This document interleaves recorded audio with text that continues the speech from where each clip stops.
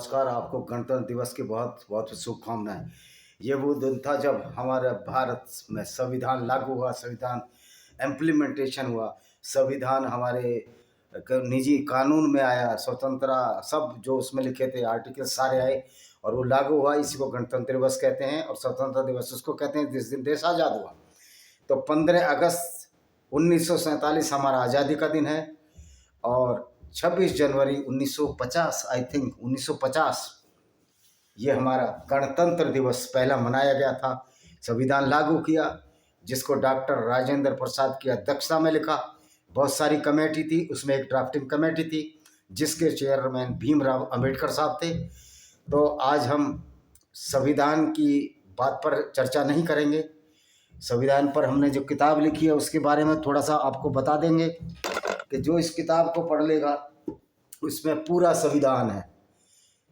इसका नाम है किताब का panorama of Indian democracy by Vijay Kumar Pal. मैं हूँ विजय कुमार पाल। तो देखिए आप, तो आज हमारा जो विषय है वो ये विषय है कि जो मनुस्मृति को गाली देते हैं, जो बिना पढ़े वेदों को गाली देते हैं, वेदों में जिन्होंने पढ़ा ही नहीं। मनुस्मृति में अगर ये लिखा है कि किसी का मांस खाना अच्छा है तो मनुस्मृति भी बेकार किताब है, उसमें कोई मतलब ही नहीं ऐसी किताबों का। क्योंकि जहाँ वेदों में लिखा है कि घोड़ों को ना मारा जाए तो निश्चित तौर पर मनुस्मृति अगर ऊंच नीच, अभी मनुस्मृति को मैं अध्ययन कर रहा हूँ, अगर ऊंच नीच या मिलावट वाली मनुस्मृति को आप जला रहे, जो अम्बेडकर साहब ने जलाई थी वो तो मिलावट वाली थी।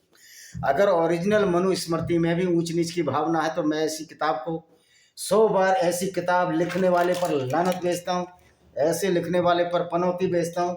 वो लिखने वाला कभी भी मानवीय मूल्यों की रक्षा नहीं कर सका, चाहे वो चाणक्य कोई हो। लेकिन ये अभी हमें देखना पड़ेगा। लेकिन जो मनुस्मृति जलाने वाले, जो रामायण रामचरितमानस में बहुत सारी पंक्तियां गलत हैं, जो उसकी मैंने आपको बताया कि ढोल गंवार पशु शूद्र नारी सब ताड़न के अधिकारी, ये पंक्तियां निश्चित तौर पर गलत हैं। और जो रामचरितमानस को एक परफेक्ट बुक मानते हैं, मैं समझता हूँ कि उनको अध्ययन करना चाहिए, विस्तृत अध्ययन करना चाहिए और अपने मस्तिष्क का विश्लेषण करना चाहिए। क्या ढोल गंवार पशु शूद्र नारी ही ताड़न के अधिकारी होंगे? अगर कोई नर भी गलत कार्य करता, कत्ल करता, तो भारतीय संविधान क्या उसको जेल में नहीं डालेगा? तो ये रामचरितमानस से तो फिर अगर मैं कहूँ एक मायने में तो ये हमारा इंडियन कॉन्स्टिट्यूशन अच्छा है। खैर वो बात नहीं है। बात यह है कि जो मनुस्मृति को जलाने वाले लोग हैं, जो ब्राह्मणों को, ठाकुरों को और जातियों के नाम पर गाली लिखने वाले लोग हैं, ये भगवान बुद्ध ने जो एक खुद क्षत्रिय परिवार में पैदा हुए, सो कॉल्ड क्षत्रिय, अगर युद्ध लड़ते थे तो क्षत्रिय थे, जन्म से तो कोई जाति नहीं है। उन्होंने कौन सा ब्राह्मणों को गाली दी? उन्होंने कौन से, और ये नया फॉर्मूला बना दिया 85-15 का, यानी कि आप 15% को दुनिया से अलग मानते हो। ये जो इन्होंने फॉर्मूला बनाया था, मायावती एंड काशी नाम नहीं है कि तिलक तराजू और तलवार इनको मारे जूते चार, ये इससे असभ्य भाषा से ही राजनीति करना चाहते थे और फिर ये अपने आप को पढ़ा लिखा होने की बात करते हैं। तो हम तो सतीश मिश्रा को भी बोलेंगे कि आपको ऐसी क्या थी कि आप उनकी गोद में जाकर बैठ गए? तो ये जो राजनीति है ये आदमी को धूर्तता सिखा देती है और राजनीति में धूर्त बनकर ही जी सकते हो आप। तो मैं ये पूछना चाहता हूँ, जो मनुस्मृति को गाली देते हैं, जो रामचरितमानस को गाली देते हैं, क्या अभी कभी उन्होंने कुरान की आयतें पढ़ी? कुरान की वो आयत 9 चैप्टर 9 की अल-तौबा आयत नंबर 5 पढ़ी, जिसमें लिखा है कि जब रमजान के पवित्र महीने बीत जाएं तो गैर मुस्लिमों को जहाँ चाहो कत्ल करो, काफिरों को जहाँ चाहो, मुशरिक को, मूर्ति पूजकों को जहाँ चाहो कत्ल करो। क्या बुद्ध मूर्ति पूजा नहीं करते हैं जो दलित से कन्वर्टेड है? तो आपने क्या उसके बारे में बोला? क्या चंद्रशेखर, रावण और मायावती की जवान सूख जाती है, हलक सूख जाता है इनका? इनमें वो ताकत नहीं कि जो सच्चाई को बोल सकें। ये धूर्तता की सीमाएं लांघ चुके हैं। ये सिर्फ उसी तबके को गाली दे सकते हैं जो इनका विरोध करना नहीं जानता, जो इनको जवाब देना नहीं जानता। भाई आप ठीक है, मैं कब कह रहा हूँ छुआछूत अच्छी बात है, मैं तो उनको लानत और पनौती भेजता हूँ। लाइबिलिटी है इस दुनिया पर जो हमारे हिंदू समाज में ऊंच नीच की भावना को प्रज्वलित कर रहे हैं, वो एक राक्षसी प्रवृत्ति को बढ़ावा दे रहे हैं। तो यही प्रवृत्ति तो कुरान कहती है कि गैर मुस्लिमों को 9 की 5 में कहती है जहाँ पाओ कत्ल करो, और यदि वो इस्लाम या मुसलमान बन जाए तो उनको छोड़ दो, अल्लाह बड़ा दयावान है, उसके बारे में कुछ नहीं बोलेंगे। 5:33 इसमें कहती है गैर मुस्लिमों को विपरीत दिशा उनके हाथ पैर काट दिए जाएं, अगर दायां हाथ काटा जाए तो बायां पैर काटा जाए, अगर बायां हाथ काटा जाए तो दाहिना पैर काटा जाए। उस आयत को, अल-माइदा की 5:33 आयत के बारे में चंद्रशेखर, रावण और सो कॉल्ड मनुस्मृति को जलाने वाले क्यों नहीं बोलते हैं? इनका क्यों हलक सूख जाता है? तो तुमसे अच्छे तो वही लोग हैं, तुमसे अच्छे तो न्यायकारी वही लोग हैं जो इस्लाम को छोड़ दिया, जो एक्स मुस्लिम बने हुए और इस्लाम की सच्चाई को हमारे सामने ला रहे हैं। तो जब मैंने एक्स मुस्लिमों के चैनल देखे जिन्होंने इस्लाम की सच्चाई को सामने लाया, जिसमें समीर सिद्धार्थ चतुर्वेदी है जो पहले मुस्लिम ही थे, सलीम वास्तविक साहब हैं जो नास्तिक हैं, वो किसी भी आइडियोलॉजी को नहीं मानते, हारिस सुल्तान है वो भी नास्तिक हैं, एंड नास्तिक तो नहीं कह सकते, वो कहते हैं कि हम किसी ऐसी ताकत को मानते हैं जो दुनिया को चलाती है पर वो अल्लाह नहीं है।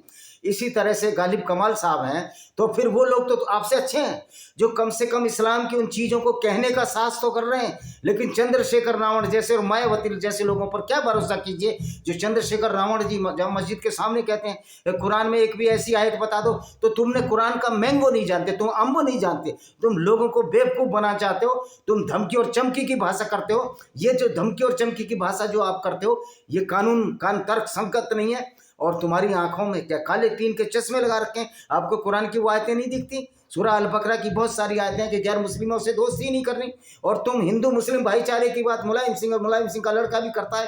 तो ये जो लोग हैं, जब इतनी मूर्खता भरे ये नेता आप जीत कर आते हैं, वो संसद और विधानसभाओं में क्या करेंगे ये आपको सोचने की जरूरत है। जो सच्चाई कहने का साहस नहीं है उन लीडरों का, आप उनको जनक, उनको कुरान का ज्ञान है, जो मनुस्मृति के खिलाफ बोल सकते हैं, राम मंदिर के खिलाफ बोल सकते हैं, लेकिन उस कुरान के खिलाफ नहीं बोल सकते जिसमें साफ साफ लिखा है कि गैर मुस्लिमों की मूर्तियां तोड़ना कोई बुरी बात नहीं है। और जब मोहम्मद साहब भी 630 ईस्वी में मक्का पर जिन्होंने अटैक किया, 360 सारी मूर्तियां तोड़ जानी, इनकी 3 देवी अल्लाह ताला मन्नात लुज्जा को इनका दूसरा खलीफा उमर गाली देता था, कहता था जाओ अपनी देवी के प्राइवेट पार्ट चाटो। जो यहूदी और भव्यवादी जब मक्का में रहते थे, मक्का एक सेकुलर स्टेट थी, लेकिन जब इस्लाम का वहाँ प्रादुर्भाव हुआ वो सेकुलरिज्म का ख़त्म हो गया, क्योंकि इस्लाम सेकुलरिज्म के एकदम खिलाफ है।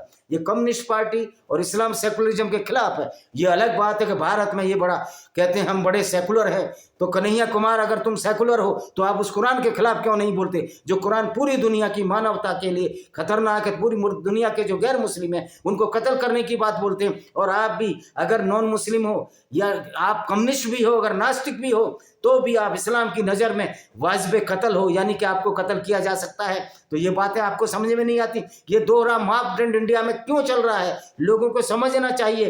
तो कन्हैया कुमार से मैं पूछना चाहता हूँ, वैसे तो बड़े पटर पटर पटर पटर बोलते हो, आप करिए 5 मिनट बहस मेरे से और इस्लाम पर बात करिए, और फिर आपका दोहरा चरित्र, डबल स्टैंडर्ड समझ में आ जाएगा। जो कम्युनिज्म के नाम पर और भाईचारे के नाम पर तुम इस्लाम को जो प्रोटेक्ट कर रहे हो, उस वायलेंस को प्रोटेक्ट कर रहे हो, तुम्हारी हिम्मत नहीं बोलने की, तुम कायर हो, तुम धूर्त और मक्कार हो सकते हो, कायर हो सकते हो। जो सच्चाई नहीं बोलता वो धूर्त और मक्कार होगा। जो ऐसी लाइट आइडियोलॉजी विचारधारा के जो पालन करते हैं उनके साथ भाईचारा चाहते हो, जिनकी कुरान साफ साफ कहती है कि गैर मुस्लिमों से भाईचारा नहीं हो सकता।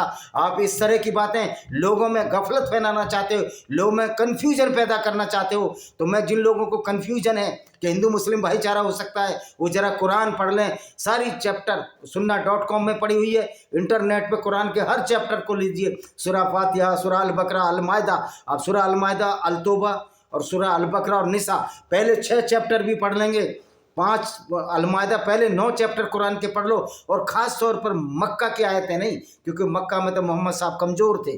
जो मदीना में जब उनके हाथ में तलवार आई तो उसमें साफ साफ लिखा रहता है कुरान में, ये मदीना में आयत आई कहाँ से, मोहम्मद ने उपजाई। जिब्राइल कोई फरिश्ता कोई आयतें लाता है, कोई फरिश्ते को यही काम था, और कोई ये फरिश्ता था जो ऐसी आयतें लाया जो लोगों को कत्ल करने की बात है। इस पर कोई भी इनमें से ना सेकुलर बोलेगा, ना कोई मनुस्मृति जलाने वाले बोलेंगे, ना स्वामी प्रसाद मौर्य बोलेंगे कि कुरान में जो लिखा तुम्हारी औकात है। अगर तुम सच्चे इंसान हो, सच्चे मानवता की तरफ हो, तो मैं आपको चैलेंज करता हूँ कि आप जब कुरान की आयतों पर बोल कर दिखाओ, वरना आपसे बड़े दूर और मक्कार कोई नहीं है जो मानवता के खिलाफ खड़े हैं और इस्लाम को प्रोटेक्ट करने की कोशिश कर रहे हैं। जो आज पूरी दुनिया में लोग जान सकें कि इस्लाम की आइडियोलॉजी कितनी गैर मुस्लिमों के खिलाफ है।